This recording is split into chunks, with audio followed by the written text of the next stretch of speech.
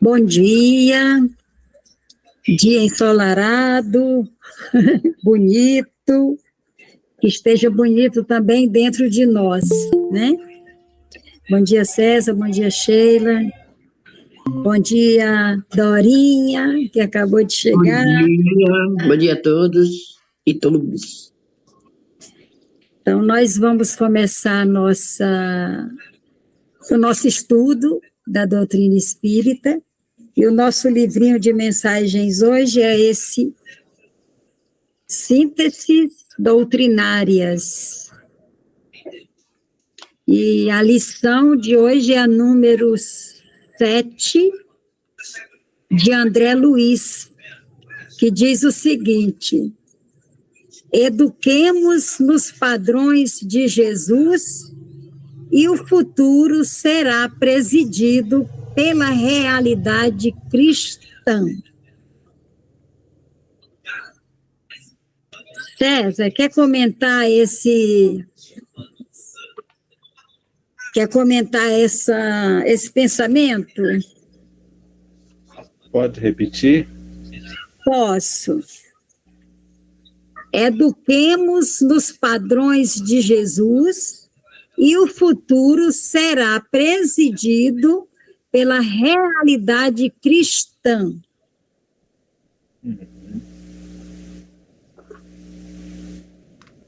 É um convite à evangelização, né? Levar a crença à frente, passando para outras pessoas, replicando aquilo que medita, reflete, e escuta, e repassando, e aos poucos dando uma nova roupagem à sociedade. Eu pensei. Então é isso.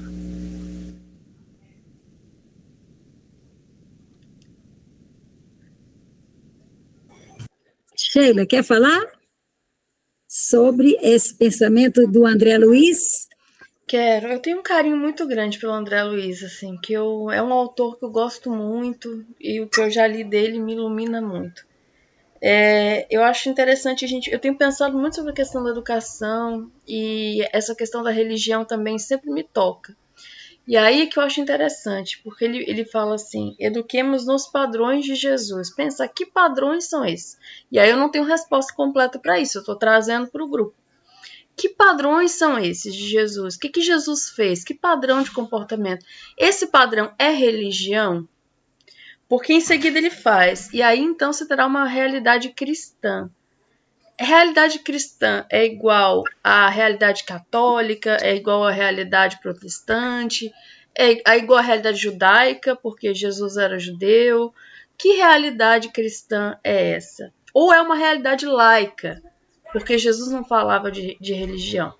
Então, para mim, o que chega é: eduquemos com amor e igualdade, eduquemos no diálogo, porque Jesus ia ao encontro das pessoas, ele ia para um lugar público, como fazia Sócrates também, né? Ia com seus discípulos, as pessoas, ia conversar com as pessoas, falava de uma maneira que elas entendessem o que era possível entender. Então ele estabelecia conexão. Então talvez educar nos padrões de Jesus seja educar com amor, com diálogo e querendo um encontro com o outro. E no meu entender, essa realidade cristã está para além de toda e qualquer religião.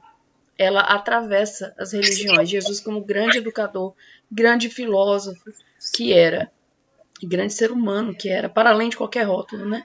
Esse grande espírito que pisou na terra. Talvez seja isso, é educar com amor e essa realidade cristã transcendendo todas as religiões e nos unindo. Obrigada, Sheila. Dorinha, quer falar um pouquinho? Agora, no momento, não, mais tarde. Tá bom, muito obrigada. Você sabe o que me ocorreu? Jesus Cristo, ele ia ao encontro do povo. Ele defendia o povo. E ele foi preso, a gente pode considerar que ele foi um preso político, que ele foi torturado, e nós somos discípulas de um preso político torturado. O que significa isso na perspectiva dessa realidade cristã? Seria uma luta pela justiça, pela igualdade,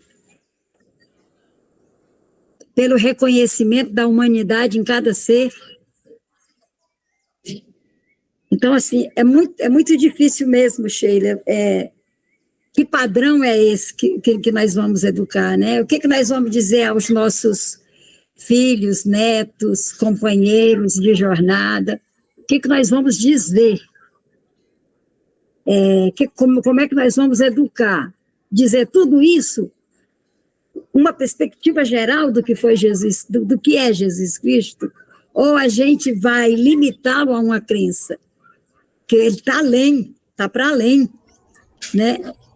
Então, só para a gente refletir, qual é a nossa perspectiva de realidade cristã?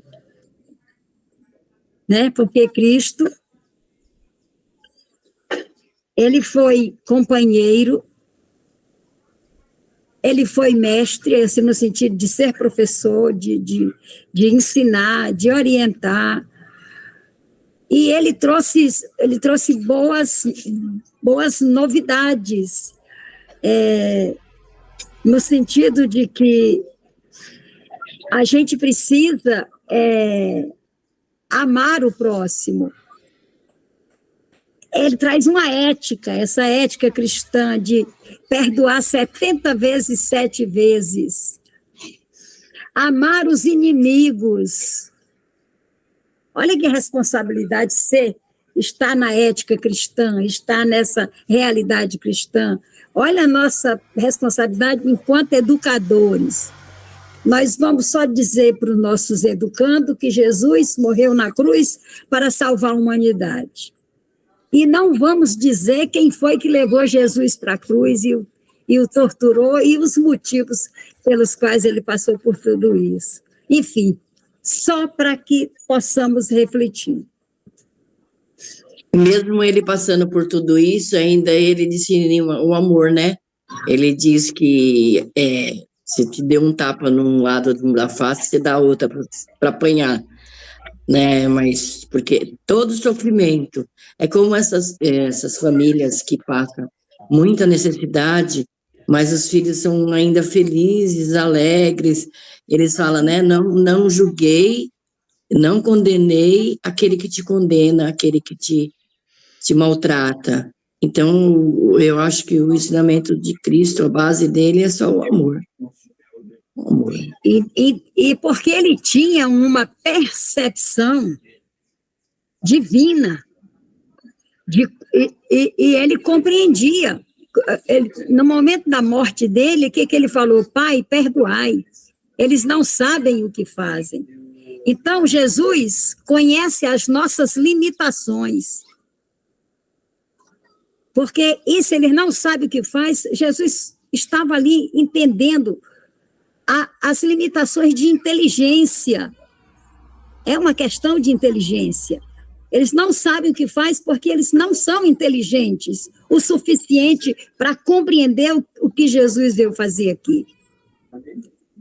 Então, como perceber tudo isso para educar numa perspectiva cristã, né?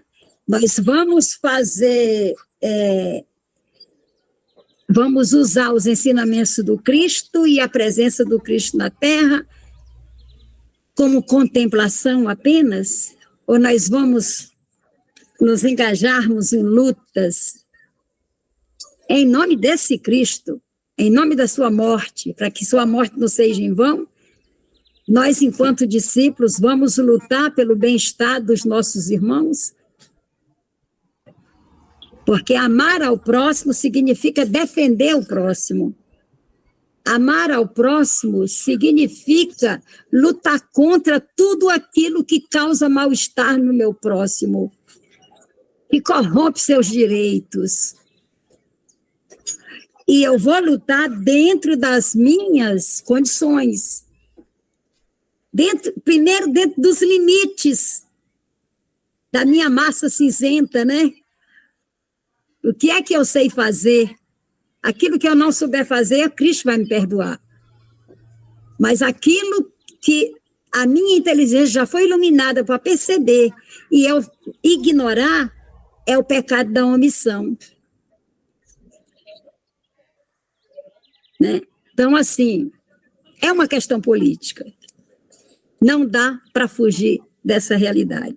Jesus foi um preso político, foi torturado pelo regime, né, pelo sistema da época, e nas religiões não se falam dessas questões, não se clareia como se deve clarear, né? Por isso que eu acredito que a gente tem que estudar o Cristo para além das religiões. Né? Bem, se alguém... Deixa eu falar uma coisa, a gente fala, né, a palavra amar. Amar é uma palavra que sai tão fácil da boca de todos, né? Mas para mim, amor não é a palavra, é a ação. É para mim, para muitas pessoas, né? Que não adianta você falar eu amo fulano e não tá agindo no conforme, na sua possibilidade mesmo, que Deus está vendo o que você é capaz e o que você não é capaz de fazer. Na minha família, por exemplo, a gente nunca foi esse proferido eu te amo. A minha mãe, eu nunca ouvi a minha mãe falar eu te amo, mas nas ações dela dizia que ela me amava. Cada um tem o seu jeito de demonstrar o seu amor, né, Dorinha? Agora, existem pessoas que nascem, crescem, envelhecem, vivem muito e morrem sem defender nenhuma causa. E se diz cristão.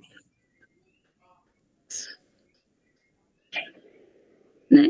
Não defende nenhuma causa.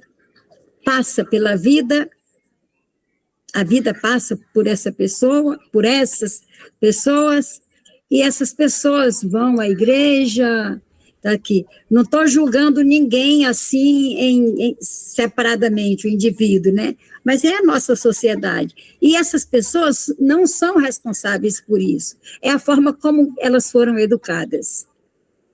Educadas para viverem só para si, educadas para competir, para ser alguém na vida, né? Ser alguém na vida. Então, é puxando o tapete do outro, é passando por cima do outro. Mas são cristãs, vão à igreja, comungam, vão ao templo evangélico, vão. E essas pessoas, por isso que é interessante a gente se atentar para essa mensagem do André Luiz. Eduquemos nos padrões de Jesus e o futuro será presidido pela realidade cristã. Olha que responsabilidade dos educandos. E quem são os educandos? Não são só os professores. Desculpa, educando não, educadores. Os educadores não são só os professores, são todas as pessoas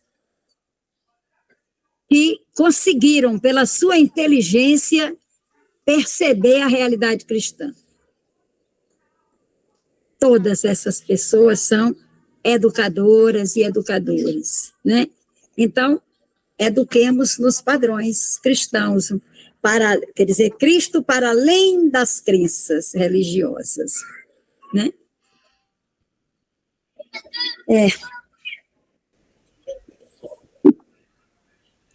Eu acho que chamar a atenção para esse aspecto de vida é muito interessante, assim, né? Porque o Jesus é o exemplo maior, né, que a gente tem de vida. E em momento algum ele fez separabilidade de nada. Ele, tanto politicamente, ele não se envolvia, né?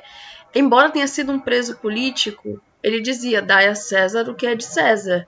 Eu não quero nada, o meu reino não é desse mundo, a minha questão é outra aqui. Então, assim, se o tributo é esse, vão se resolver com César. Vão lutar vocês, vão lutar pelos seus direitos, mas se é para dar o que é de César, Dê o que é de César e dai a Deus o que é de Deus. Uma coisa, outra coisa, outra coisa. E aí ele se irava quando as pessoas confundiam isso, né? E queriam mercar no templo do pai dele, assim. Ou seja, misturar matéria e espiritualidade de uma maneira difícil, de uma maneira complicada, de uma maneira pouco cristã, né? Porque é isso. Ao mesmo tempo que o padrão cristão é um jugo leve, e aí eu gosto sempre de pensar essa coisa do jugo leve, né? Tomai sobre vós meu jugo e eu vos aliviarei. Mas para isso eu preciso me tornar cada vez menos dependente de ser guiado pela matéria e ser guiado por essa luta encampada por Jesus, que é uma luta com muito amor, mas é um amor, como disse Dorinha, um amor que é ação, um amor que tem um entendimento de todos, do que é igualdade para todos, de responsabilidade social, de comprometimento, de lealdade consigo mesmo. Então não adianta eu me trair para ter uma notoriedade, por exemplo, material. Eu preciso ser coerente com quem eu sou. Então, se eu não sou assim, eu não sou assim. Pronto. Sabe? Ainda que o mundo não me entenda. Que o mundo também não entendeu Jesus, né? Tanto que o mesmo povo que endeusou ele foi manipulado pelo sistema e acabou pedindo a cabeça dele, né? Pelo sistema, mais uma vez. E as histórias, elas se repetem. Então, eu acho muito importante que a gente pense nesses padrões de Jesus como esses padrões realmente de amor, mas um amor engajado, completamente engajado em um ideal maior que não é a matéria, que é o jugo leve, que é a espiritualidade, que é a compreensão, não julgamento. É tudo aquilo que ele colocou em prática, inclusive o mais difícil, como vocês colocaram, amar aos nossos inimigos. Assim, e para que essa realidade cristã exista, porque ela ainda é muito dividida. Ontem mesmo eu estava conversando com minha mãe e a minha amiga aqui da casa sobre o quanto a gente ainda é dividido, né? Em termos de espiritualidade, assim, a gente ainda tem muitas coisas a vencer, porque essa realidade cristã ainda é um porvir. A gente ainda está trabalhando para chegar nela.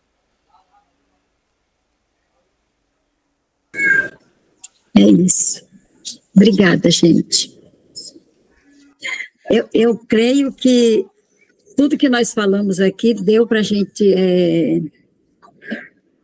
compreender um pouquinho, né? Embora a gente não consiga esgotar nunca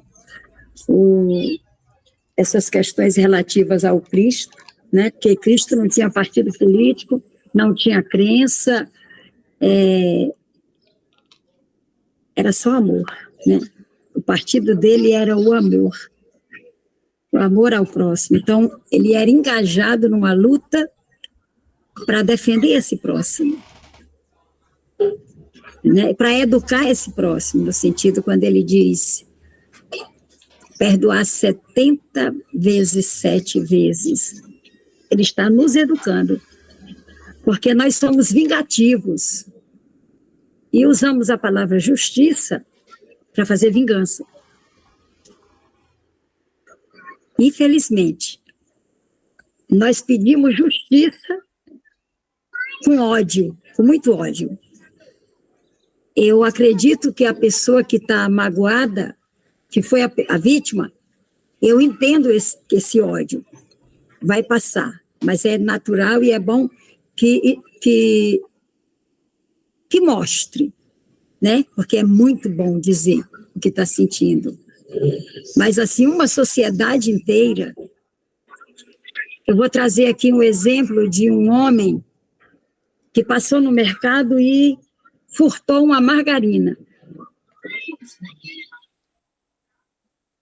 E os gritos de pega ladrão, pega ladrão, pega ladrão, o homem foi morto, foi linchado e foi morto. Então, o que é que nós temos dentro de nós? Ódio. Nós não somos a parte afetada, mas nós vamos lá para fazer vingança. Então, Jesus não se cansa até hoje de lutar para que a gente substitua o ódio pelo amor, a vingança pela justiça, né? É isso, gente. Tá tudo bem? Olha, gente, hoje eu consegui esse livro aqui, olha, o que é o Espiritismo, de Allan Kardec, e eu e a Sheila conversamos sobre o livro e dissemos que era muito bom a gente fazer a leitura da biografia de Kardec, que é o codificador da doutrina espírita. Mas se isso se tornar cansativo, a gente muda, né? Muda a estratégia. Eu pensei até em fazer um resumo, mas não ficou bom. Estava fazendo, mas eu senti que não ficou bom.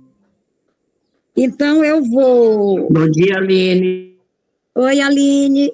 Eu vou pular aqui o preâmbulo. Bom dia. E já ir... Bom dia, querida. E ir direto na biografia de Kardec. Eu não vou ler hoje a biografia toda, não tem condições, mas eu vou, a cada encontro, ler um pouquinho para a gente conhecer melhor o fundador da doutrina espírita. Porque, deixa eu fazer aqui uma prévia. A Aline acabou de entrar. Vamos começar pela Dorinha. Dorinha, quem é Allan Kardec? O codificador da doutrina espírita. O que mais que você sabe dele? Eu não sei muito, não, honestamente. Obrigada, Dorinha. César, quem é Allan Kardec? Fundador do Espiritismo. O que você sabe mais dele? Principal referência no Espiritismo. Uhum. É isso. Muito bom. Aline, querida, começou a chegar, já vai trabalhar. Chegou, já vai trabalhar. Aline, fala para nós quem é Allan Kardec.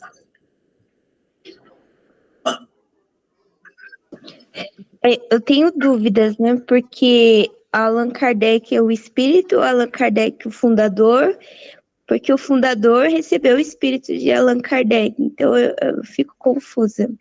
Mas segundo o filme lá do Allan Kardec, ele foi o fundador, porque ele já estudava esses fenômenos que acontecia, ele era muito rico também, tinha muito dinheiro, então a doutrina espírita começou num seio elitista, né? Muito bem, Aline, obrigada.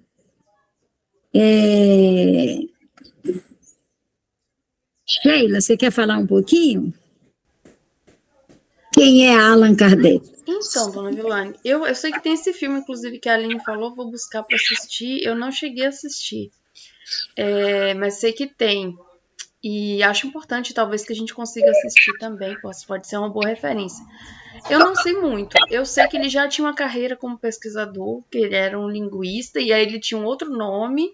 E para separar a trajetória acadêmica dele da trajetória do codificador do espiritismo, quando ele estudava esses fenômenos das mesas girantes, né? E entendeu que ele tinha a missão da codificação, e aí eu também não sei como é que foi isso, mas aí ele adotou, então, um outro nome que referia, talvez, a uma outra vivência. Uma existência espiritual dele, né? Uma outra herança espiritual dele. Uhum. Isso é o que eu sei também. Não sei muito, mas sei que ele tinha essa vida acadêmica e essa vida da espiritualidade. Eu também sei pouco, né? Mas estou com um livro aqui, a biografia dele aqui, eu vou ler e vamos aprender juntas, né? Então, pulei aqui o preâmbulo e vou direto para a biografia. O futuro fundador do Espiritismo recebeu desde o berço um nome querido e respeitado e todo um passado de virtudes, de honra, de probidade Grande número dos seus antepassados se tinham distinguido na advocacia e na magistratura por seu talento, saber e escrupulosa probidade. Então, vai ser uma família muito, muito conceituada, né? Muito respeitada. Parecia que o jovem Rivail, esse era o nome dele, de batismo. O nome de Allan Kardec de batismo é Rivail. Parecia que o jovem Rivail devia sonhar também ele com os louros e as glórias de sua família. Assim, porém, não foi, porque desde o começo da sua juventude, ele se sentiu atraído para as ciências e para a filosofia. Quer dizer, a família toda tinha uma perspectiva de ter Rivail como advogado, como alguém nessa área, né? Magistrado e por aí. Mas ele se atraiu pelas ciências e pela filosofia. Rivail Denizar, olha, apareceu um sobrenome aqui, né? Rivail Denizar fez em Lyon os seus primeiros estudos e completou em seguida a sua bagagem escolar em Yverdon, na Suíça, com o célebre professor Pestalozzi. Pestalozzi suíço, né? Pedagogo, de quem cedo se tornou um dos mais eminentes discípulos, colaborador inteligente e dedicado. Aplicou-se de todo o coração à propaganda do sistema de educação que exerceu tão grande influência sobre a reforma dos estudos na França e na Alemanha.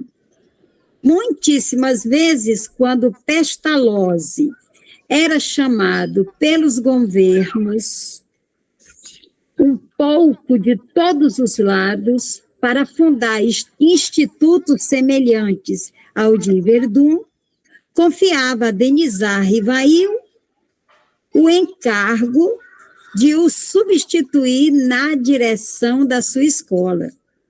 Então, olha que interessante, ele era discípulo de Pestalozzi. Pestalozzi era muito requisitado pelos governos para criar institutos, e quando ele ia nessas viagens, ia trabalhar,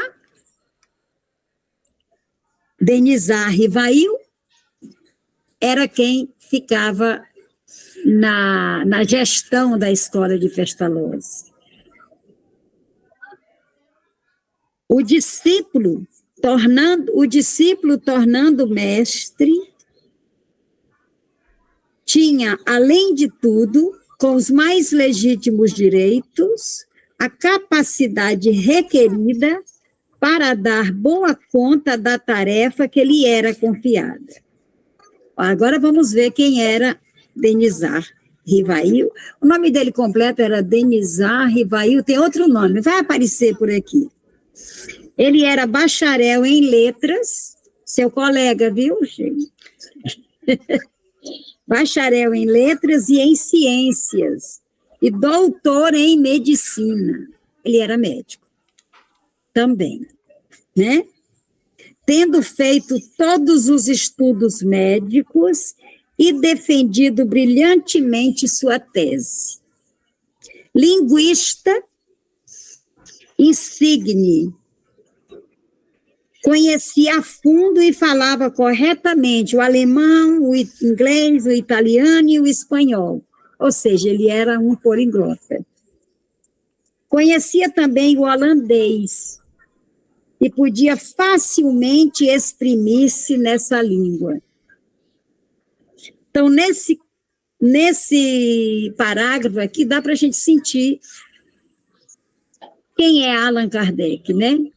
Quer dizer, daqui a pouco a gente chega lá, né? No Allan Kardec. Então, Denizar Rivail, eu lembrei, é Hipólito. Denizar Eu não sei onde é que fica o Hipólito, mas ele tem esse nome lá também. Denisar Rivail era um alto e belo rapaz. Ainda era bonito, gente? Não acredito nisso, não. É muito atributo para uma pessoa só, né? Ele era alto e belo, de maneiras distintas, humor jovial na intimidade, bom e obsequioso. Quer dizer, ainda era gentil, prestava favores, né? Tendo-o a conscrição incluído para o serviço militar. Ele obteve isenção. Olha, ele não quis servir as Forças Armadas. Ele pulou fora. E 2 anos depois, veio fundar em Paris, a Rua de Sèvres, número 35, um estabelecimento semelhante ao de Verdun. Ou seja, ele seguiu direitinho os passos de Pestalozzi, né? O pedagogo ao qual ele se inspirava, e fez a mesma coisa que Pestalozzi fez na Suíça, ele fez na França, né? Para essa empresa, se associara um de seus tios, irmão de sua mãe, o qual era seu sócio capitalista. Então, pela bagagem acadêmica de Allan Kardec, ele entrou com o conhecimento, e o tio entrou com o capital, né? No mundo das letras e do ensino que frequentava em Paris, Denisar Rivail encontrou a senhorita Amélie Boudet. Ai, agora a gente vai entrar na vida privada desse cara, né? Professora com diploma de primeira classe. Primeira classe a gente pode considerar como estudos primários, né? Ela era uma professorinha. E ela era pequena, era baixinha, viu, Sheila? Era baixinha, viu? Assim do nosso tamanho, sabe? Pequena, mas bem proporcionada. Olha o que o biógrafo está aqui trazendo, né? Quer dizer, ela era pequena, mas estava compensada, porque ela era, vamos dizer assim, normolinha, né? Gentil e graciosa. Agora, um detalhe importante, gente, rica. Rica por seus pais e filha única. Gente, que coisa mais linda, rica por seus pais e filha única. Então, era herdeira de tudo, né? Inteligente e viva. Ela soube, por seu sorriso e predicados, fazer-se notar pelo senhor Rivail, em quem adivinhou, sob a franca e comunicativa alegria do homem amável, o pensador sábio e profundo, que aliava grande dignidade à mais esmerada urbanidade. Então, já apareceu alguém aí, bonito, rico, também professor, né? O registro civil nos informa que Amélie Gabrielle Boudet, filha de Julien Louis Boudet, proprietário e antigo tabelião, e de Julie Louis Senéa de Lacombe. Nasceu em Thiais, Sena, ao 2 do primário, aqui é um mês, né? Do ano 4º, que significa 23 de setembro de 1795. A senhorita Amélie Boudet tinha, pois, mais 9 anos. Ela era mais velha do que ele, 9 anos. Gente, o comum era o velho casar com a novinha, né? Mas aqui a coisa se inverteu, viu? Mais 9 anos que é o senhor Rivail. Mas, olha, gente, vem um mas. Mas, na aparência, disse-ia ter menos 10 que ele. Ah, ela é mais velha, nova, mas parece 10 anos mais moça. Quando, em 6 de fevereiro de 1832, se formou em Paris o contrato de casamento de Hippolyte Léon Denisard Rivail, Ele tem um nome composto, que é Hippolyte Léon, depois vem Denisard, composto, né? Hippolyte Léon Denisard Rivail. Diretor do Instituto Técnico, a Rua de Sèvres, com método de Pestalozzi. Filho de Jean Baptiste Antônio e senhora Jeanne Duhamel, residentes em Château du Loir, com Amélie Gabrielle Boudet, filha de Julien Louise e senhora Julie Louise Seymour de Lacombe, residentes em Paris, a Rua Sèvres, número 35. O sócio do senhor Rivail tinha paixão pelo jogo. Olha, gente, olha, vamos prestar atenção nisso aqui. É uma família conceituada, né? Mas tinha alguém lá que era dado ao jogo. Não existe família perfeita, gente. Nem na de Allan Kardec, né? Então, e ele arruinou o sobrinho. Olha que paulada que levou esse menino, né?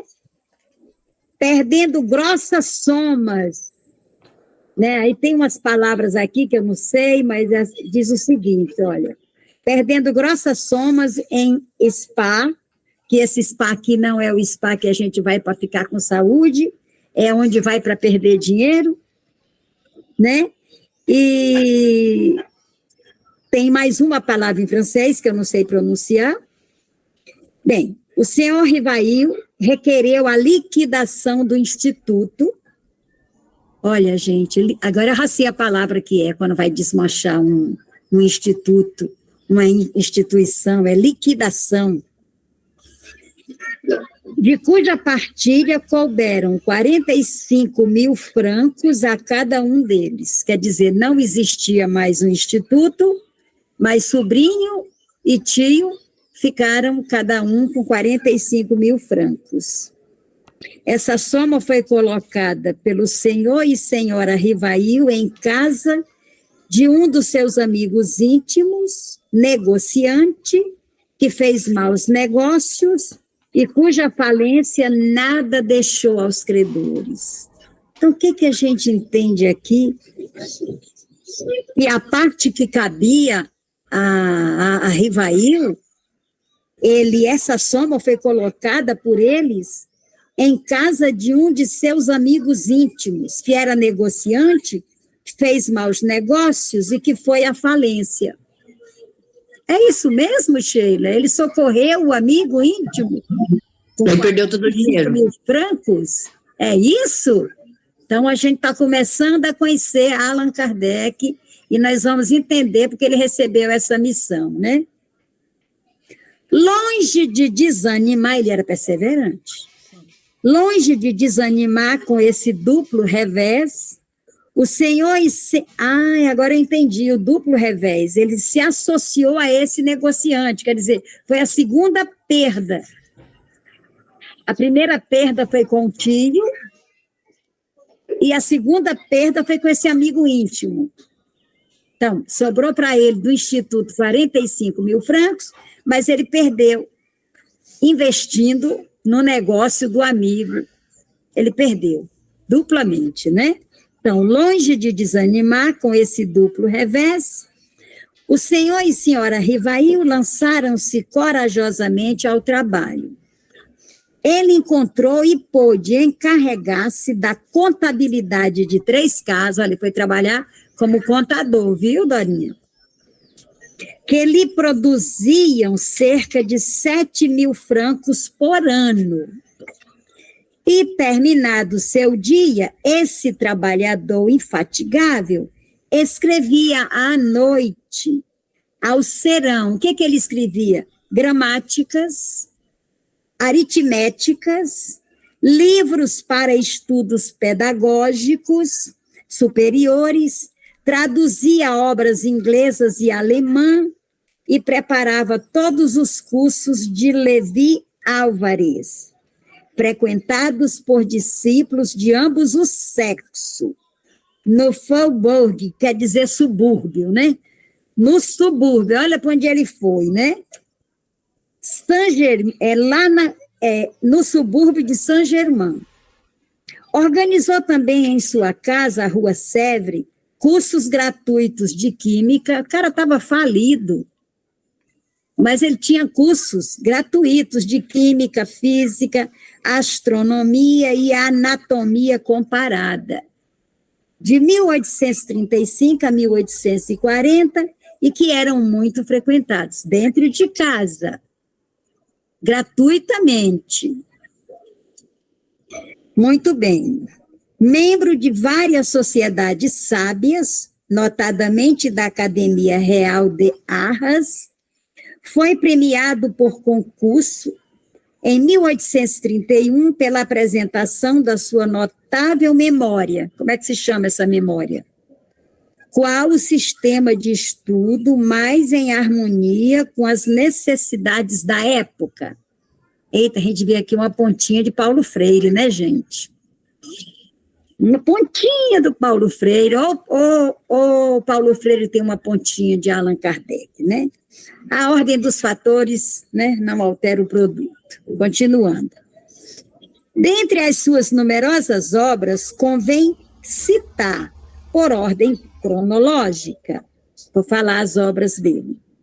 Plano apresentado para o melhoramento da instrução pública, em 1828. Em 1829, segundo o método de Pestalozzi, ele publicou para uso das mães de famílias e dos professores o curso prático e teórico de aritmética, em 1831. Fez aparecer a gramática francesa clássica. Em 1846, o Manual dos Exames para a Obtenção dos Diplomas de Capacidade. Soluções racionais das questões e problemas de aritmética e geometria. Em 1848, foi publicado o Catecismo Gramatical da Língua Francesa.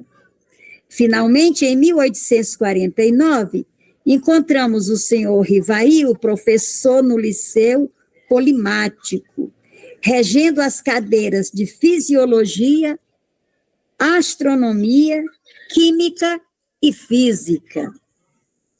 Em uma obra muito apreciada, resume seus cursos e depois publica. O que ele publica? Ditados normais dos exames da municipalidade e na Sorbonne. Ditados especiais sobre as dificuldades ortográficas. Gente, falta só um pouquinho, tá? Tendo sido essas diversas obras adotadas pela Universidade de França e vendendo-se abundantemente, pôde o senhor Rivail conseguir, graças a elas e ao seu assíduo trabalho, uma modesta abastança. Quer dizer, ele estava ganhando dinheiro com tudo isso, mas não deixou de fazer cursos na sua casa gratuito. Como se pode julgar por esta muito rápida exposição, o senhor Rivail estava admiravelmente preparado para a rude tarefa que ia ter que desempenhar e fazer triunfar. Seu nome era conhecido e respeitado, seus trabalhos justamente apreciados, muito antes que ele imortalizasse o nome de Allan Kardec. Prosseguindo em sua carreira pedagógica, o senhor Rivail poderia viver feliz, honrado e tranquilo, estando a sua fortuna reconstruída pelo trabalho perseverante, pelo brilhante êxito que lhe havia coroado os esforços. Mas a sua missão o chamava a uma tarefa mais onerosa, a uma obra maior. E como teremos muitas vezes ocasião de o evidenciar, ele sempre se mostrou à altura da missão gloriosa que lhe estava reservada. Seus pendores, suas aspirações, tê-lo-ia impelido para o misticismo, mas a educação, o juízo reto, a observação metódica conservaram-no igualmente ao abrigo dos entusiasmos desarrazoados e das negações não justificadas. Foi em 1854 que o senhor Rivail ouviu pela primeira vez, nas mesas girantes, o princípio do senhor Fortier magnetizador, com o qual mantinha relações, em razão dos seus estudos sobre o magnetismo. O senhor Fortier lhe disse um dia, abre aspas, eis aqui uma coisa que é bem mais extraordinária. Não somente se faz girar uma mesa magnetizando-a, mas também se pode fazê-la falar. Interroga-se e ela responde, fecha aspas. Então, ele ficou sabendo, pelo parceiro de pesquisa, vamos dizer assim, que o Fortier era magnetizador, ele fazia um trabalho como magnetizador, e Kardec, ele pesquisava magnetismo. Então, por isso ele ficou sabendo das mesas girantes, por meio de Fortier. E aí, isso replicou o senhor Rivail. Aí Rivail diz assim, é uma outra questão. Eu acreditarei quando vir e quando me tiverem provado que uma mesa tem cérebro para pensar, nervos para sentir e que se pode tornar sonâmbula. Até lá, permita-me que não veja nisso senão uma fábula para provocar o sono. Tal era a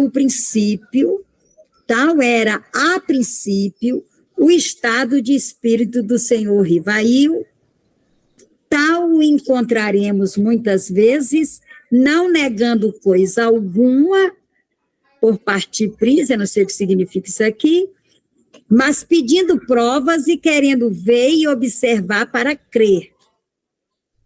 Tais nos devemos mostrar sempre no estudo tão atraente das manifestações do além. Então, no primeiro momento, o que ele fez? Ele não duvidou, mas ele usou a tática do investigador. A mesa tem cérebro? Como é que é isso? Né? Vou pedir, depois dessa leitura, que acabou aqui a leitura, eu vou pedir para Adriana, nossa Drica, comentar como é que chegou para você essa leitura. Bom dia, Adriana. Oi, bom dia a todos. Estou meio ausente. Dormindo bem agora, dormindo mais. Acho que é por isso que hoje eu segurei o sono. Que bom. Para participar um pouco da reunião. Como eu peguei, assim, já no meio para o final, não sei te dizer, eu acho que ele é aquele vê para crer, né? Eu preciso ver se é verdade, se não tem ninguém mexendo, fazendo alguma coisa. E, por outro lado, é uma parte que ele acreditava que já acontecia, mas eu não sei, uma parte que ficava oculta, ninguém comentava sobre, enfim, não sei explicar direito. Obrigada, Drica. Aline, querida?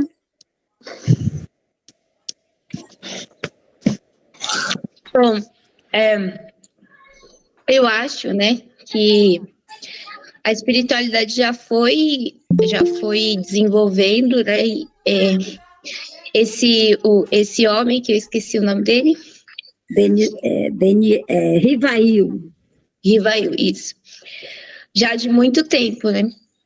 Mas as manifestações espíritas da mesa, não só da mesa giratória, mas de outras manifestações, já aconteciam, e ele mesmo reconhece, né?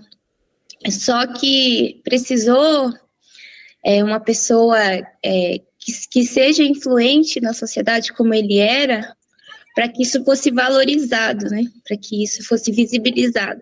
E não é ruim, eu não estou nem fazendo uma crítica, foi uma estratégia, né? E ele mesmo reconhece. Pelo menos no filme, ele duvidava, ele tinha muita curiosidade, ele até queria acreditar, mas ele era bem cético, porém super curioso. E ele viu muito charlatanismo pelo caminho. E aquilo ia desanimando, mas ao mesmo tempo ele não perdia a esperança, né? Até que ele conseguiu, de fato, comprovar aí a tese. Então, a gente conversou em algum encontro, muito tempo atrás, estou relembrando agora, sobre a espiritualidade entre as classes sociais, como que funciona, se é justo, o que é, e aí a gente tinha chegado a essa conclusão, né? Para a espiritualidade não existe essa barreira, né? Do rico, do pobre, não existe isso. E que cada existência é importante para promover, né? Então, assim, se fosse uma outra pessoa de um vilarejo, ou mesmo lá de Paris, numa periferia, não iria chegar, mas o espiritismo era necessário naquele momento, porque a sociedade estava passando por muitas questões, e a espiritualidade precisava de um alcance maior, né? Obrigada, Aline. Dorinha? Então, como a Aline contou, o espiritismo naquela época era elitizado, né? Nem todas as pessoas participavam de algum evento espiritual.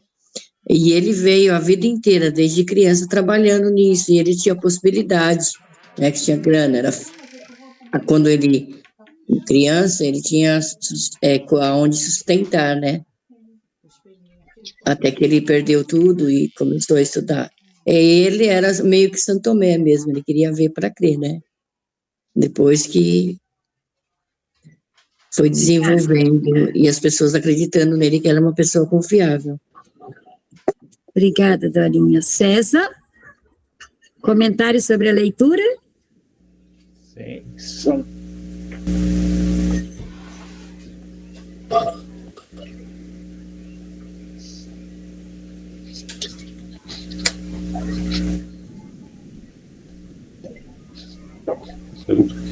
o microfone está aberto? Pronto, estou te ouvindo. Então, ele foi uma pessoa muito perseverante, né? Porque foram muitos reveses. Né? Reveses que normalmente deixam a pessoa para baixo e leva à desistência. Assim ele será perseverante na pesquisa dele, junto com esse amigo que trabalhava o magnetismo. Acredito que essa perseverança levou a produzir o material que ele acabou produzindo. É isso, César. Obrigada. Sheila? Mas a gente estava comentando, né, dona Vilane, quanto é importante os estudos biográficos, assim. Porque às vezes a gente conhece um vulto histórico, mas aí a gente vendo, narrando e ouvindo sobre a vida de uma pessoa, a gente consegue ver o emaranhado de coisas que né? Uma vida nunca é uma vida só. O quanto tudo foi conspirando, tudo foi construindo o caminho para que esse Hippolyte Léon Denisard Rivail, que nasce nesse berço de ouro, nesse berço privilegiado, mas não estava imune aos reveses da vida, como ninguém tá, né? A gente não sabe o dia de amanhã. E sofreu reveses e ao mesmo tempo teve pessoas muito inspiradoras. E aí eu gosto muito de destacar aqui o papel do Pestalozzi. Eu até pesquisei um pouquinho aqui dele, e aí me chamou muita atenção esse trabalho da casa, né? Trabalho na casa, o curso gratuito, a educação, a importância da educação, assim, muito forte, mesmo para alguém que teve o privilégio de estudar, né, na academia.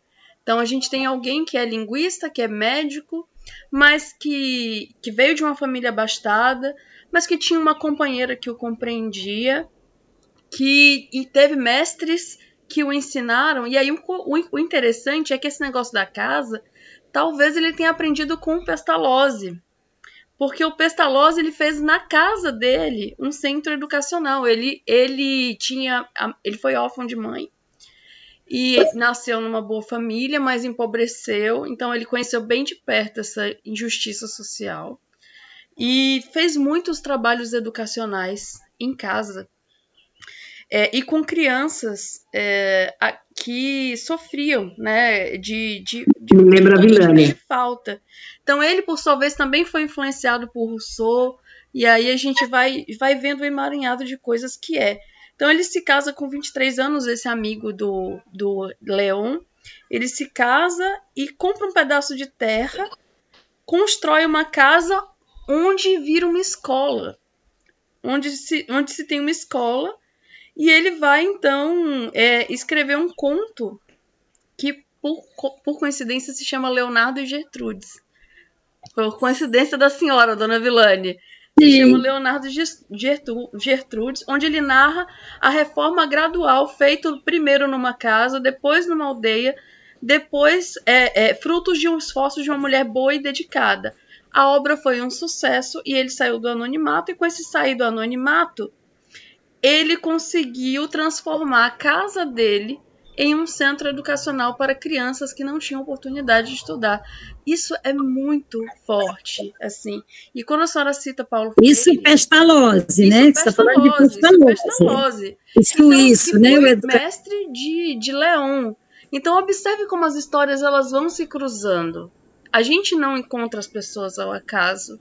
Ele encontrou um mestre que conhecia muito de perto muitas realidades e tornou a alma dele cada dia mais sensível para essas outras realidades. Então, mesmo sendo formado em letras, medicina, mesmo e tendo essa mente muito racional do eu não descreio, mas creio, vamos ver na experiência como é que acontece, ele tinha essa sensibilidade humana muito forte.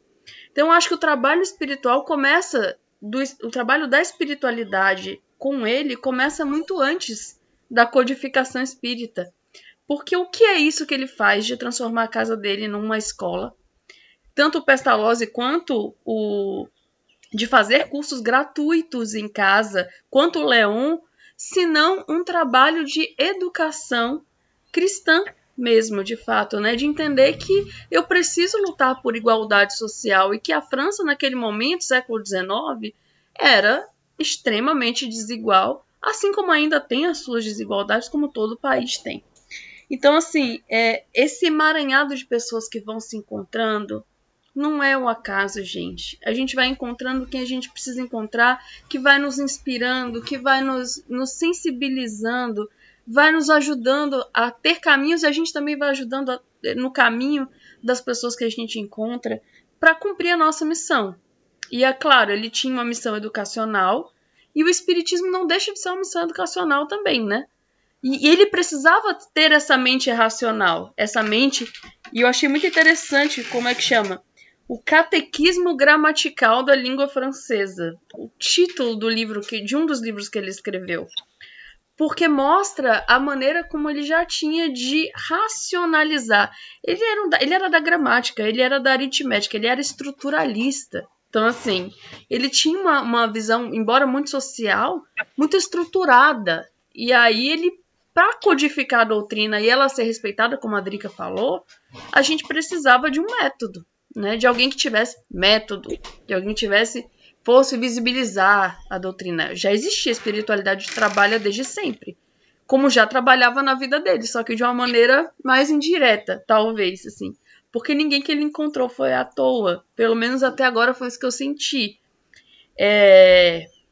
Mas é isso, assim. E aí ele vai transformando-se em Allan Kardec. É interessante observar como esse menino que nasce nesse berço de ouro vai se constituindo enquanto sujeito, mas não sozinho. Ele não está sozinho. Ele tem todo um amparo da espiritualidade das pessoas que ele encontra, que são inspirações para ele. Então, achei muito bacana, assim. Sobretudo, esses pontos me tocaram muito. Muito, muito, muito. E aproveitando a tua fala, Sheila, de que ele não estava sozinho, estava muito bem acompanhado, quero trazer isso para nós. Não interessa o tamanho da nossa missão, nós estamos sempre amparados naquilo que nós queremos fazer, queremos criar, né? Se nós agimos de boa fé, vamos atrair espíritos de boa fé. Se nós agimos de má fé, vamos trazer espíritos que agem de má fé. A gente nunca está só, a gente está sempre acompanhado, né? Rê, quer falar um pouquinho, Rê?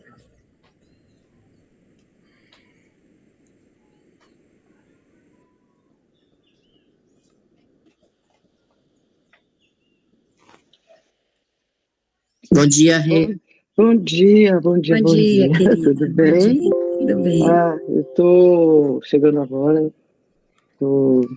Tá tudo bem. Tô só com um pouco de dor de garganta.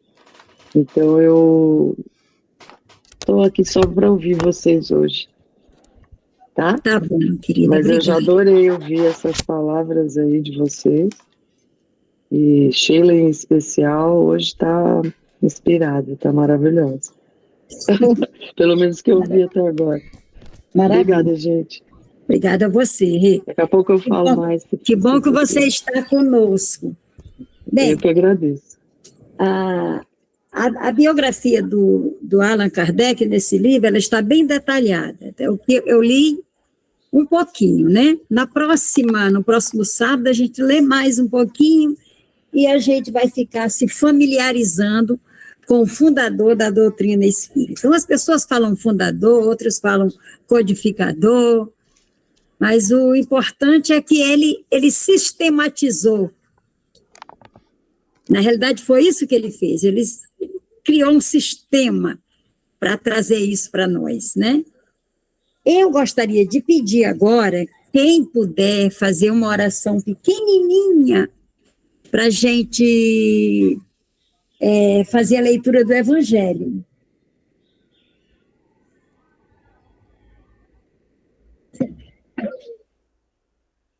Quem se habilita?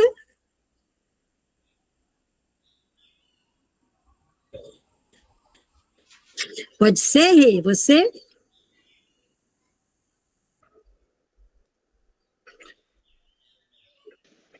Oi. Vamos Você lá. gostaria? Você falou que queria ficar quietinha, mas você gostaria de fazer a prece para a gente fazer a leitura do Evangelho? Vou pedir para que as energias e os mentores me ajudem aqui. Sim, claro. Né? E pedir por todos, né? Para que todos estejam abençoados, né? Por esse dia lindo, por esse dia, mais um dia de vida, e que a gente possa continuar no caminho do Dharma, né? No caminho do nosso propósito, que nosso espírito esteja aberto e para todos os conhecimentos chegarem até nós e a gente poder ainda expandir isso para as pessoas. Peço que todos os nossos corações estejam unidos, né, na intenção de expandir o amor. E é isso. Seja bem-vinda a esse momento.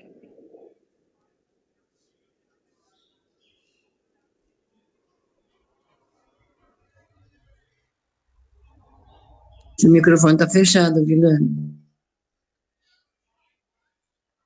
Perdão. O nosso Evangelho segundo o Espiritismo, o capítulo de hoje, ninguém pode ver o reino de Deus se não nascer de novo.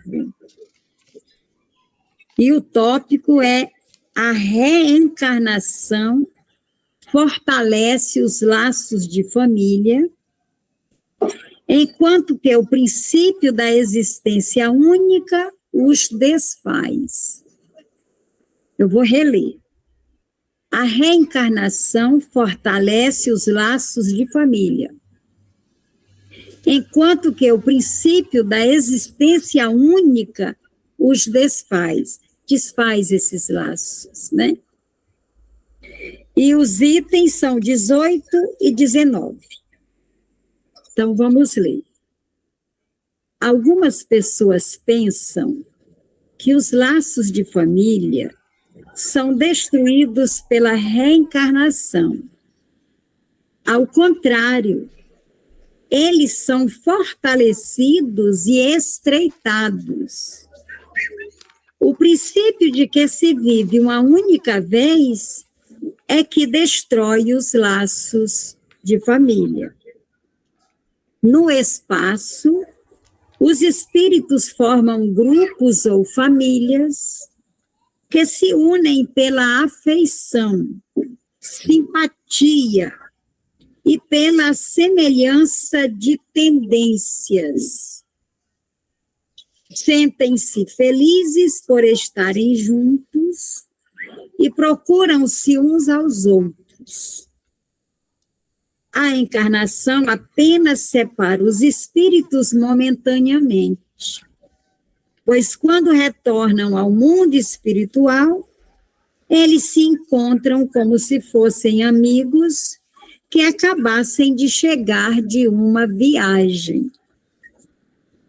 Muitas vezes, os espíritos ligados por afeições ou simpatia partem juntos para uma encarnação.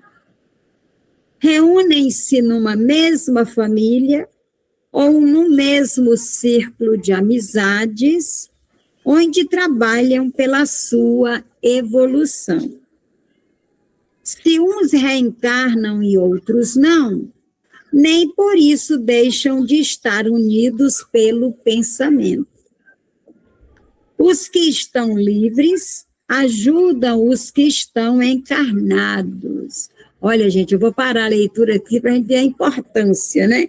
Os que estão livres, quer dizer, livre de quê? Livre desse corpo pesado.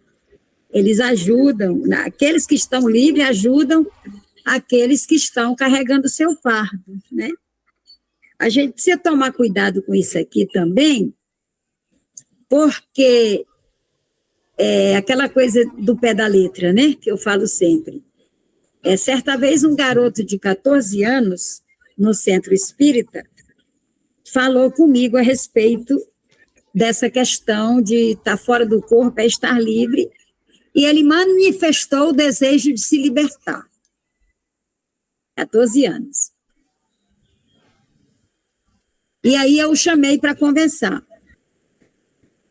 que a gente não pode levar ao pé da letra, e aí foi aquele discurso de que a vida, quando a gente recebe esse corpo, a gente tem uma responsabilidade muito grande em relação a esse corpo, e que a gente não pode se exilar da gente mesmo, né? A gente não pode, não deve, porque cada um de nós tem um tempo a cumprir aqui na Terra, e só quem sabe desse tempo é Deus, né? Então, não tem que ter pressa para se tornar livre, porque vai se tornar na hora certa, né? E me ocorreu essa lembrança desse garoto.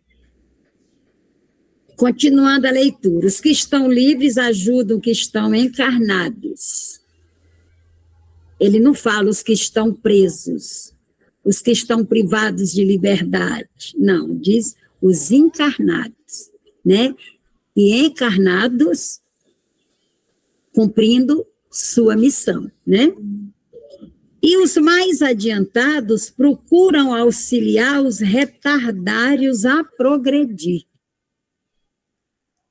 Isso tanto entre encarnados como entre desencarnado e encarnado. Aquele que tem mais conhecimento, é igual aqui.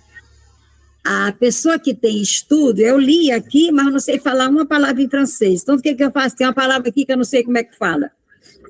E se tivesse alguém aí com um texto que soubesse francês, ia me ajudar, ia dizer isso, quer dizer isso, é aquilo, né? Então, da mesma forma, nós nos ajudamos os grupos familiares se ajudam mutuamente, né?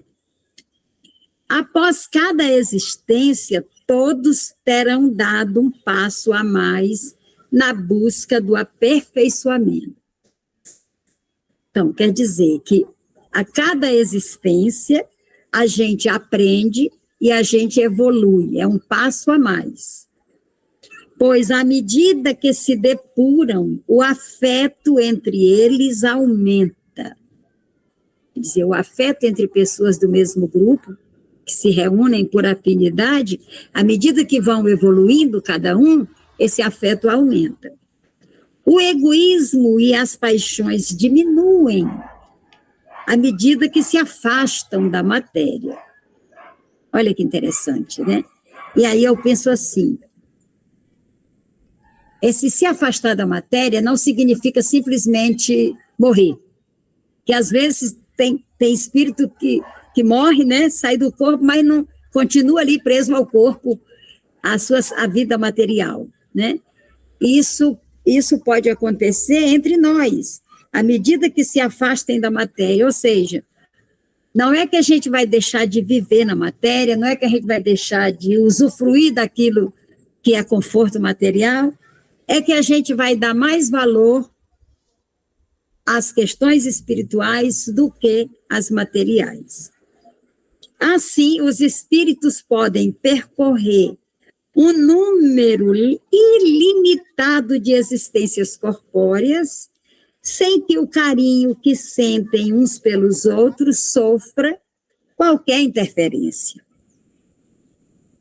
Está se tratando aqui da afeição espiritual. Então, vamos guardar essas duas palavrinhas aqui, para a gente comentar. Está se tratando aqui da afeição espiritual que, por ser verdadeira, é a única que sobrevive à destruição do corpo. Os seres que se unem na Terra somente pelos interesses materiais não têm nenhum motivo para se procurarem no mundo dos espíritos, uma vez que o interesse entre eles desaparece com a morte do corpo. Somente as afeições, olha que interessante, gente, apareceu de novo. Somente as afeições espirituais são duráveis. As afeições carnais se extinguem com a causa que lhes deu origem. E essa causa não existe mais no mundo dos espíritos. Né? Então, vamos pensar assim. Eu me aproximo da Dorinha porque a Dorinha tem alguma coisa que eu me interesso. Então, você é simpática com ela, você solícita, vou estar sempre por perto, mas eu tenho um interesse. Só que esse interesse é no plano terreno, no plano material. Quando eu sair do corpo, aquilo ali não me interessa mais. Automaticamente, Dorinha não me interessa mais. Né? Então, as afeições são espirituais. Isso não quer dizer que a gente não deva se relacionar uns com os outros por interesses. Quando eu falo por interesses, não é no sentido de explorar o outro, mas eu tenho interesses de conviver com a Regina porque ela tem uma sabedoria para passar para mim. E pode ser só isso, mas pode ser também espiritual. Né? Muito bem. As afeições carnais se extinguem com a causa que lhes deu origem. E essa causa não existe no mundo dos espíritos, enquanto que a alma continua existindo. As pessoas que se ligam somente por interesses materiais, então me aproximo da Regina, porque eu quero que ela me ensine a cozinhar. O único interesse é esse, eu quero aprender a cozinhar com ela, né? Fazer a cozinha que cura. Aí depois eu vou faturar minha graninha, tá? Vou me aproximar da Regina para eu aprender, né? Então, é um interesse material que pouco ou nada representam umas para as outras. E a morte vai separá-las tanto na terra quanto no céu. Se a minha amizade com a Regina for só de interesse para eu aprender uma profissão e depois ir para uma outra cidade, fazer a mesma coisa que ela faz aqui, garantir meu sustento, não está errado, não. Mas se o que me faz eu me aproximar da Regina for só isso, quando a gente desencarnar, a gente não tem mais esse motivo para estarmos convivendo. Então, acabou. Né? Separa ali. Aí o segundo item diz o seguinte: a união e a afeição que existem entre os parentes são os indicativos da simpatia anterior que os aproximou. Olha, eu vou reler, gente. A união e a afeição que existem entre os parentes são os indicativos da simpatia anterior que os aproximou. Ou seja, já tem uma estrada aí, né? Tem parentes que a gente ama independente de qualquer coisa. Já tem uns que a gente não tem muita afinidade, né? Então, a gente deve a existências passadas, que a gente já conviveu, tanto na terra quanto no céu. Disse que uma pessoa não é da família quando seu caráter, seus gostos e suas inclinações não têm nenhuma afinidade com seus parentes. Ao dizer isso, está se enunciando uma verdade maior do que se imagina. Mas tem gente também que fala assim: eu não tenho nada a ver com minha família. Não tem isso? A família às vezes fala, essa pessoa parece que não é da família, mas a pessoa, nossa, eu sou tão diferente de todo mundo, né? Isso acontece. Mas vamos continuar a leitura. Deus permite essas encarnações de espíritos antipáticos ou estranhos nas famílias com um duplo objetivo. O primeiro é para que o espírito estranho sirva de prova para aqueles que precisam conviver com ele. O segundo é para que ele encontre na família que o recebeu um meio para adiantar-se. Os maus melhoram-se pouco a pouco, convivendo com os bons e pelos cuidados que deles recebem. Seu caráter se abranda, seus costumes se educam e as antipatias desaparecem. É desse modo que se estabelece a união entre as diferentes categorias de espíritos, assim como se estabelece na Terra a união entre as diferentes raças e povos. Olha que lição linda, gente.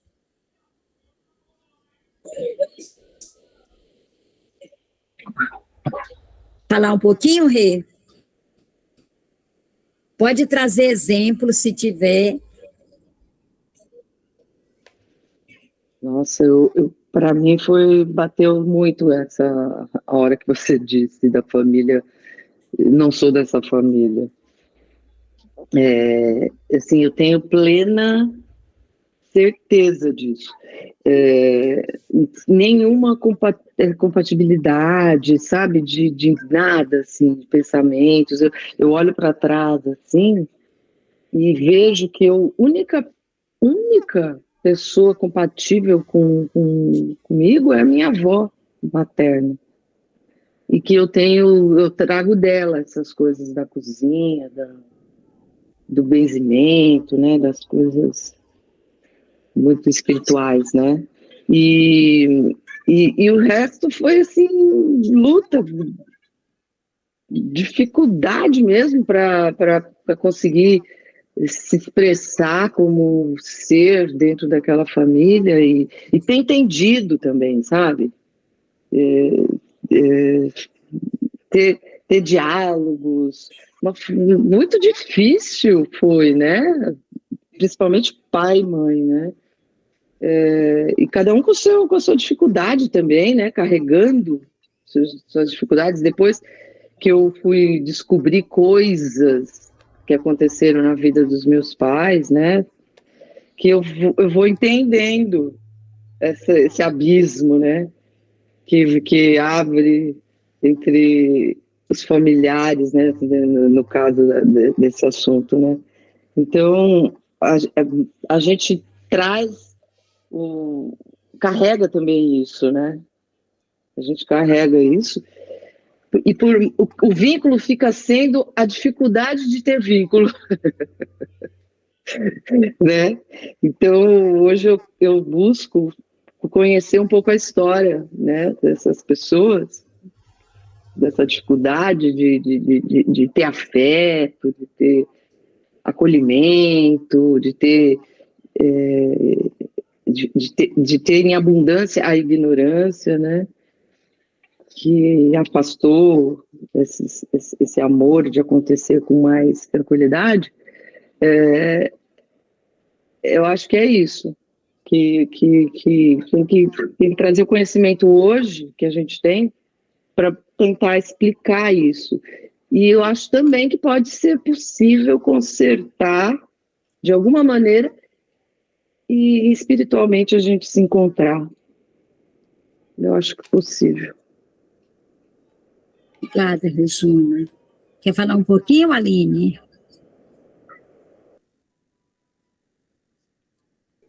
Não, só tô refletindo só. Obrigada. Falar um pouquinho, Dorinha? Acho que a Regina explanou bem essa coisa de família, né? Eu também, muitas vezes, eu não me sinto pertencente. Não à família, a membros da família. Não tem nada a ver. Obrigada, Dorinha. César?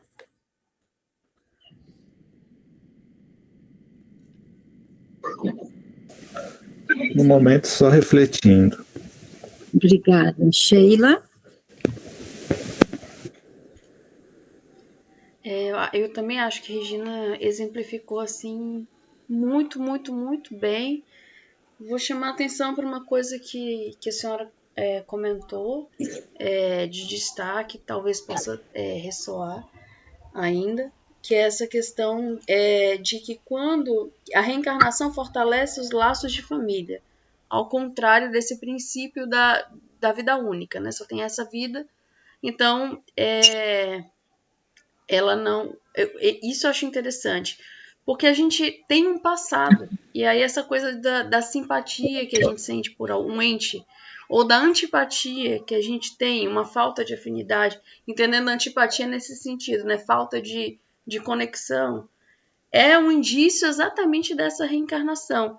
O que não quer dizer que a gente não tenha que reencarnar com pessoas que a gente não tem afinidade. A gente precisa, por prova, para nós, que não temos para todos nós que estamos envolvidos nessa situação de pouca conexão, e ao mesmo tempo para que nos ajudemos mutuamente. Então acho isso importante dizer.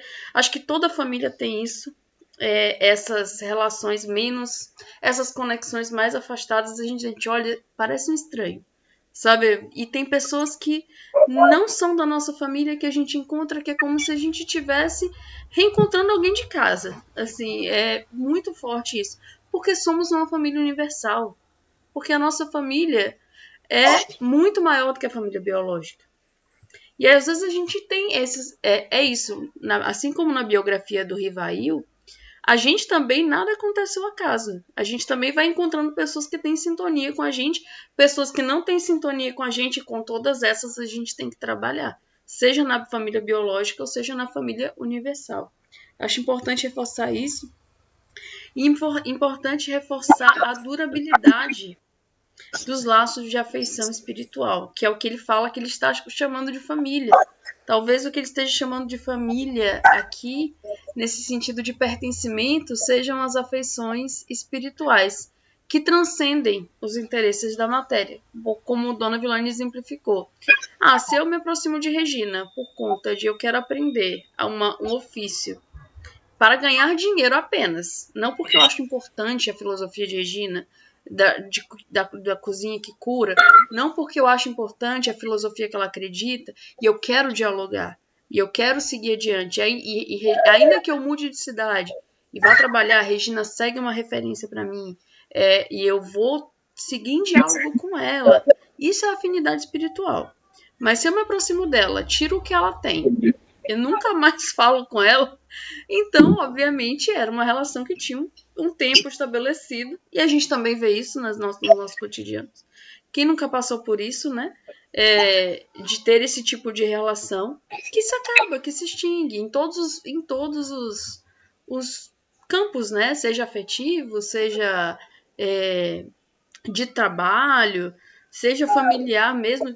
Tem relações familiares que você praticamente não conhece a pessoa, né? São estranhos, assim, para você. E eu tenho uma família muito grande, então, assim, tem pessoas que simplesmente a gente não tem conexão. E às vezes dá para trabalhar, às vezes não dá. É como disse Regina, às vezes a gente consegue, às vezes a gente não consegue. Às vezes porque não é uma encarnação só, né? Então é muita coisa pra gente elaborar, mas a simpatia que a gente sente é rastro, a falta de empatia que a gente sente é rastro, e tudo é motivo para evolução. Eu acho isso muito importante de dizer do que eu senti.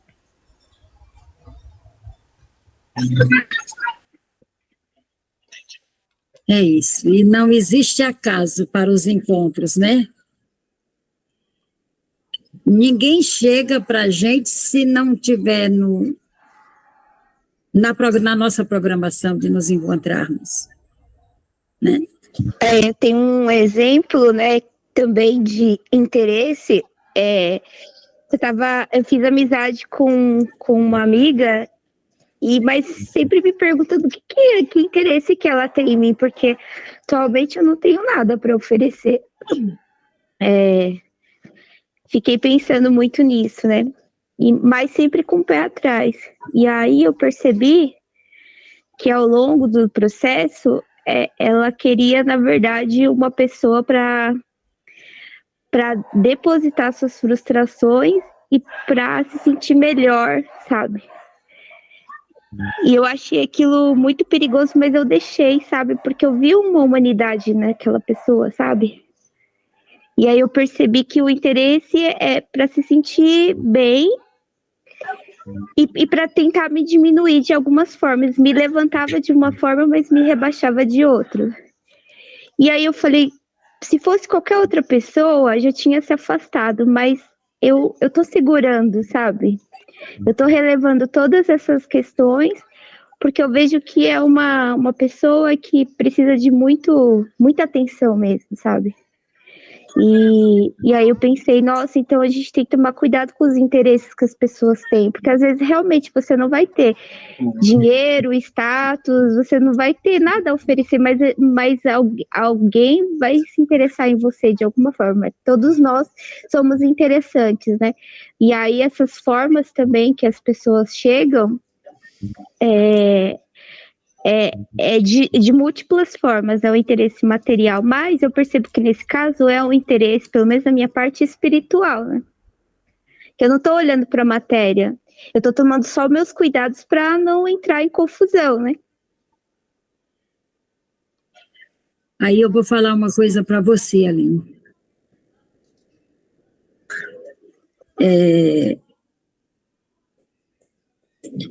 A gente precisa tomar muito cuidado, porque Deus não quer que a gente seja usado. Deus não quer que a gente seja vampirizado. Então, amizade é uma coisa sublime. Amizade, o amigo que é amigo, se você tiver alguma coisa errada para corrigir, o amigo vai te corrigir em particular. Nunca vai te expor.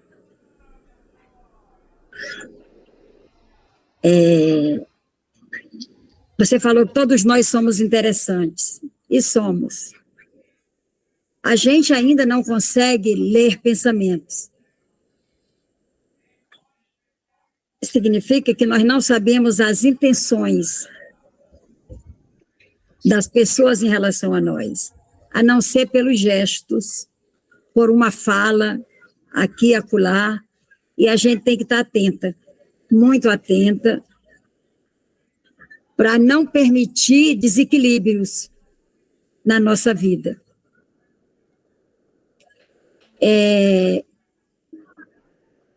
Minha filha, ela fez um comentário uma vez, assim, que as moças, as colegas, procuravam ela, e ela era uma ótima ouvinte, escutava, até orientava. Passado aí, aquela moça ia para a festa, ia para um passeio, uma coisa, ela nem sabia, sabia depois.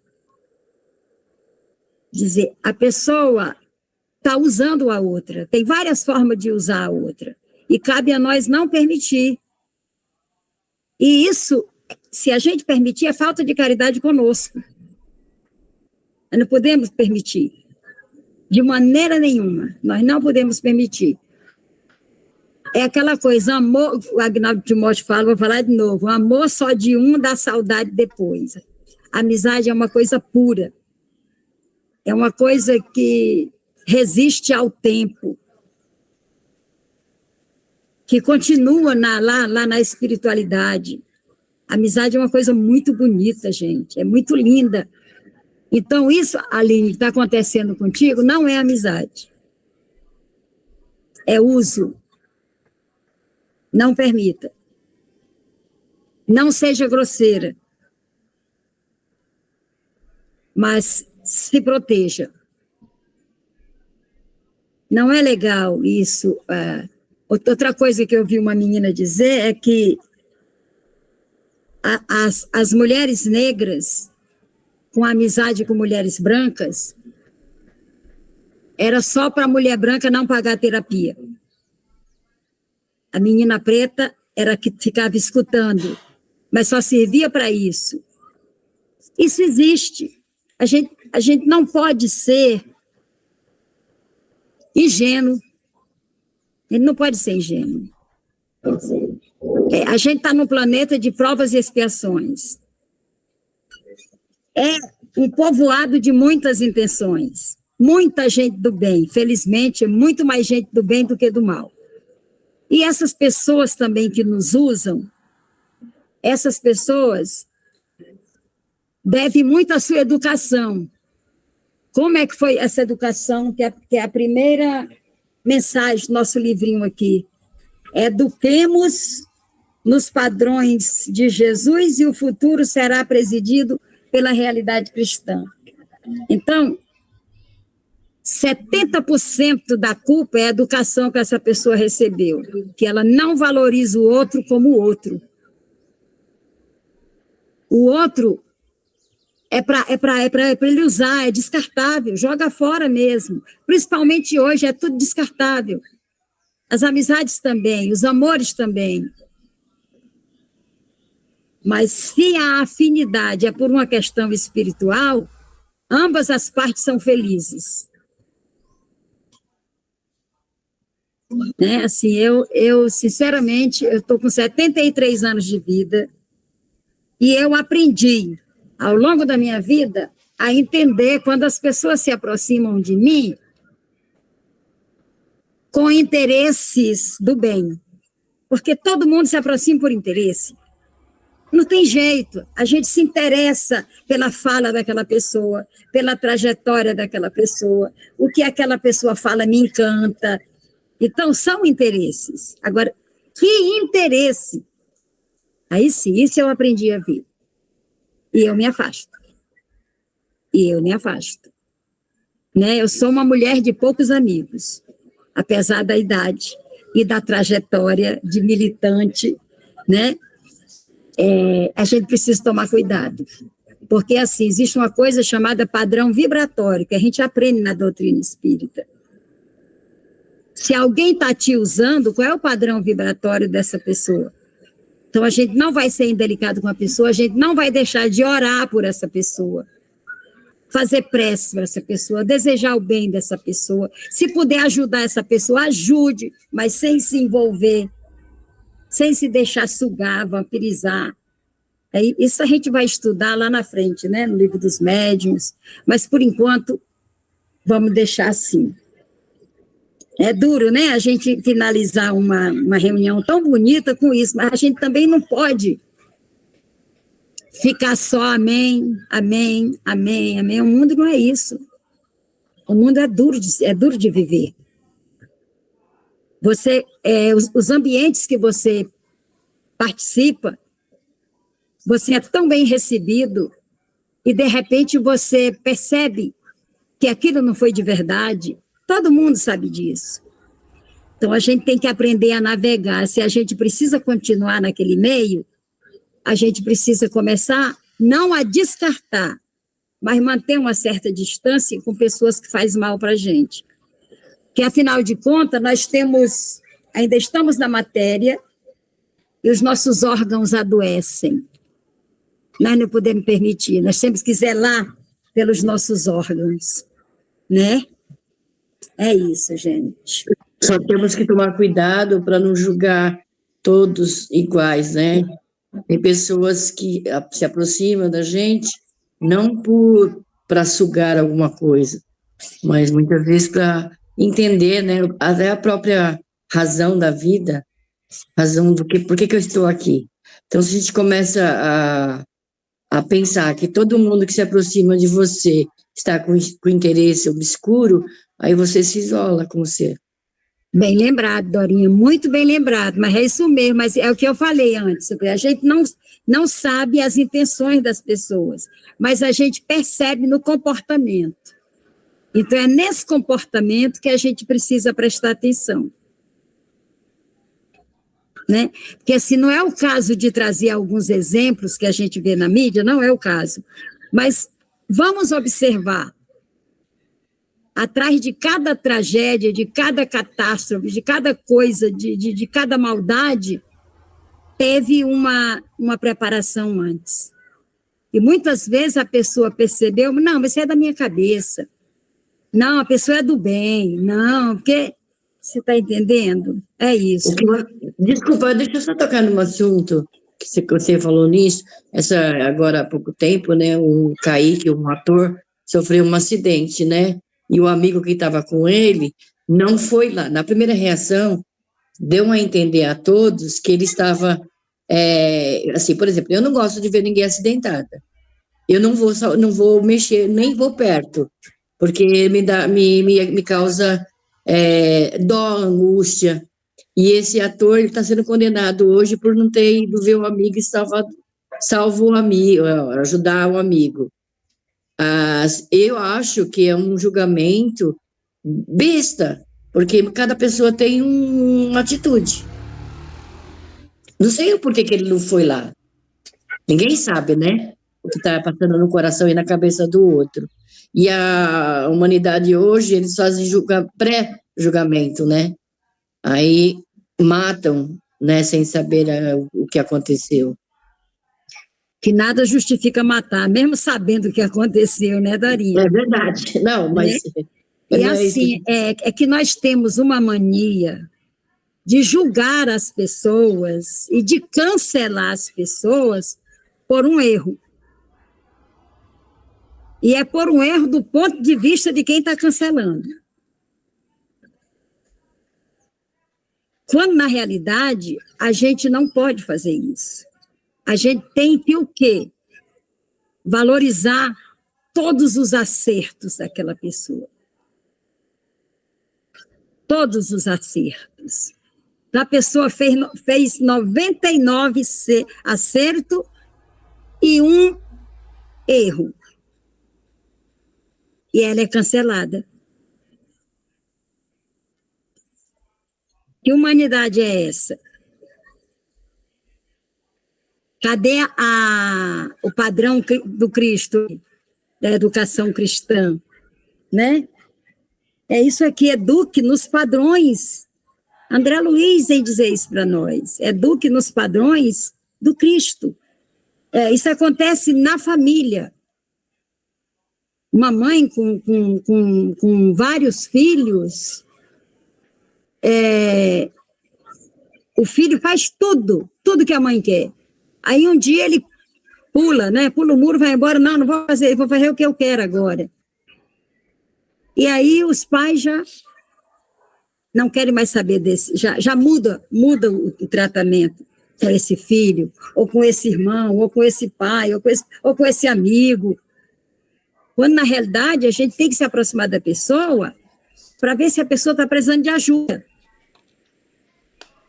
Você quer ver? Uma vez eu estava cuidando de uma criança, alguém deixou uma criança comigo, a criança já estava fora do lar dos pais, né? Eu era conhecida, mas não era nada dele, não tinha afeto nenhum nele. E o menino teve uma crise, assim, de agressividade, né? De pequenininho, mas ficou revoltado e queria a mãe de qualquer jeito. Aí, o que eu fiz? Quando ele veio gritar comigo, eu abracei ele. Abracei, segurei ele e falei, olha, eu sou sua amiga, vamos conversar? E isso eu fiz intuitivamente, deu certo. Aí eu digo, olha, a partir de agora é assim, criança ficou agitada, eu vou abraçar. Por quê? Eu aprendi que quanto mais eu brigar, fica quieto, senta, sai daí, mais trabalho ela vai dar, está precisando de ajuda. Aí eu aprendi também com uma amiga minha, ela disse o seguinte, existe uma coação externa e uma coação interna. Isso foi minha amiga que falou para mim. A coação externa, por exemplo, vou dar um exemplo bem grosseiro aqui. O cara põe um revólver no teu ouvido e te obriga a assinar um documento. Você assina, é uma coação externa. Mas tem a coação daqui de dentro. Tem uma coação, que é algo que te obriga a fazer. Essa coação interna pode ser uma doença, pode ser uma revolta, pode ser qualquer coisa. Então, é o momento que você mais precisa de ajuda. Então, você não fez premeditado. Naquela hora foi uma coação, né, que você foi lá e fez. Essa professora é uma professora de matemática. Aprendi muito com ela. Muito. Ela me dizia coisas que eu precisava como mãe, como ativista, né? Como ser humano, como cidadã. E eu sou muito grata por todo o aprendizado. E a gente conversava muito sobre essa coisa quais são as intenções do outro quando me procura, eu não sei. Mas na convivência a gente descobre. E a gente descobre. E quando descobrir, não se achar responsável, porque tem uma coisa assim dentro da doutrina espírita também, quando a gente fala não existe acaso, quando a pessoa se aproxima de você é porque precisava, e etc. E a gente tem que tomar cuidado para não levar ao pé da letra. Fulano apareceu na minha vida, que bom, nos conhecemos, até a página B não estiver me fazendo mal, tudo bem. Começou a me fazer mal, eu vou continuar amando o inimigo, mas não vou dormir com ele. No mesmo quarto, na mesma casa, não vou. Né? Eu vou cuidar da minha integridade física e espiritual. Né? E, voltando a dizer que essas pessoas que agem assim, elas devem isso à sua educação. Elas foram educadas para explorar, elas foram educadas para chegar primeiro, elas foram educadas para ser a melhor, mais bonita, e assim vai, né? Então, tem uma professora, esqueci o nome dela agora, parece que é Lúcia Galvão, se não me engano, que ela é da Nova Acrópole.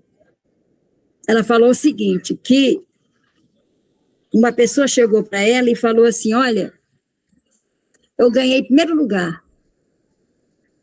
Então, que coisa maravilhosa, você tirou primeiro lugar. Eram quantas pessoas competindo? 1.000 pessoas. E eu tirei o primeiro lugar. Então, o nosso sistema é esse, para você ser vitorioso, tem que ter 999. Agora me perdi. São 100 pessoas. Então, 99 são fracassados para poder você ser o vitorioso. A nossa educação é essa. A gente não sabe ganhar junto, dar as mãos e chegar junto. Então, gente, a gente precisa realmente, ele não pode ser ingênuo. Nós não podemos ser ingênuos, né? Agora, também não podemos fazer como a Dorinha falou. A Dorinha foi muito feliz quando disse, tem que tomar cuidado para a gente não julgar que todas as pessoas que se aproximam de nós são com interesses, assim como a fé, né? É isso. E para isso a gente tem que educar nos padrões, né? Como disse André Luiz, nos padrões de Jesus, e para poder a gente viver uma perspectiva da realidade cristã. Então, agora a gente vai pedir aqui para quem... Obrigada, Vilane.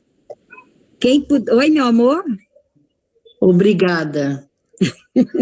A gente vai fazer uma oração. Quem gostaria de fazer a oração? Sempre pergunto. Quem pode fazer essas... É uma oração, né? A gente chama de vibrações, que é desejar o bem para nós e para o próximo. Quer fazer, Dorinha? Vamos fazer uma oração todos? Tá, então todos comece. Juntos? Então comece. Então, primeiro vamos agradecer o universo, né? Que conspira ao nosso favor. Temos que ficar antenada para ter as percepções de boas energias, e vamos fazer uma oração agradecendo a Deus por todos os dias de nossas vidas, pela nossa família, pelos nossos amigos. Vamos fazer uma oração diferente, vamos começar diferente agora. Cada um faz uma prece. Eu começo. Eu começo e as outras pessoas seguem, né? Isso.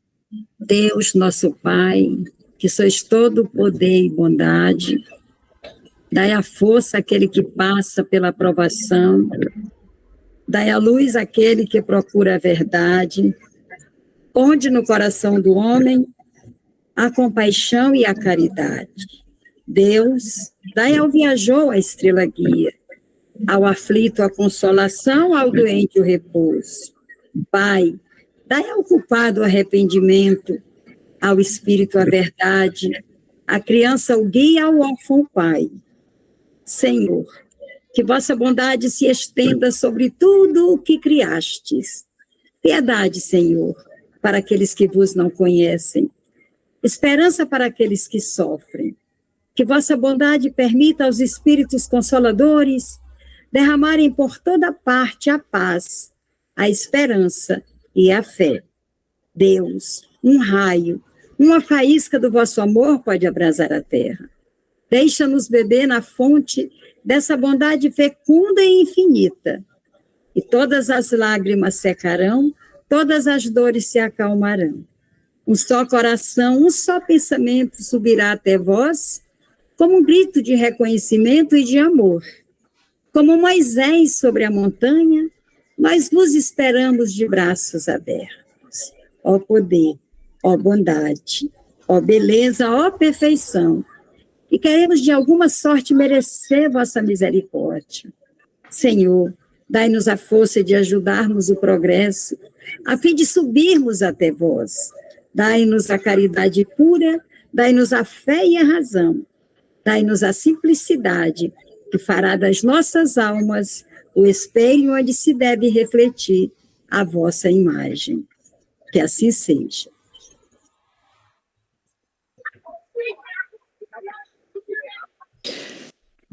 Senhor, conceda-me serenidade para aceitar as coisas que não posso mudar, coragem para mudar aquelas que posso, e sabedoria para reconhecer as diferenças.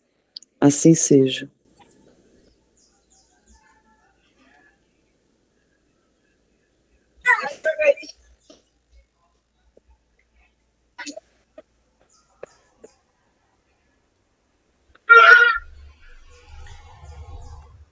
Pai nosso que estais no céu, santificado seja o vosso nome. Venha a nós o vosso reino, seja feita a vossa vontade, assim na terra como nos céus. O pão nosso de cada dia nos dai hoje. Perdoai-nos as nossas ofensas, assim como nós e como nós perdoamos a quem nos tem ofendido. não nos E deixeis não nos deixeis cair em tentação, mas Senhor, livrai-nos, nos livrai de Jesus. Ave Maria, Ave Maria, cheia de graça, o Senhor é o Senhor, bendita sois vós bendito entre é as vosso também. bendito Bendito é o fruto do vosso ventre, Jesus. Santa Maria, Santa Mãe de Jesus, Maria, rogai a Deus por nós, pecadores, agora e na hora de nosso desenlace, que assim seja. Salve, Rainha, Mãe da Misericórdia, vida, doçura e Esperança nossa, salve. a vós bradamos, encarregados de justiça, a vós suspirando, gemendo e chorando neste vale de lágrimas. E após de rogar a nós, esses vossos olhos misericordiosos a nós volvei. E depois estes termos, mostrai-nos Jesus. Bendito é o fruto do vosso ventre. Ó clemente, ó piedosa, ó doce e sempre Virgem Maria. Rogai por nós, Santa Mãe de Deus, para que sejamos dignos das promessas de Cristo. Que assim seja. Que assim Obrigado. seja. Graças a Deus. Graças a Deus. Agradecemos a Deus esse momento. Agradecemos pela amizade que nos une, porque aqui todos somos amigos, né? Uns são amigos antigos, outros são amigos, mas nós somos amigos, né? Eu queria dizer mais uma coisinha aqui, que amigo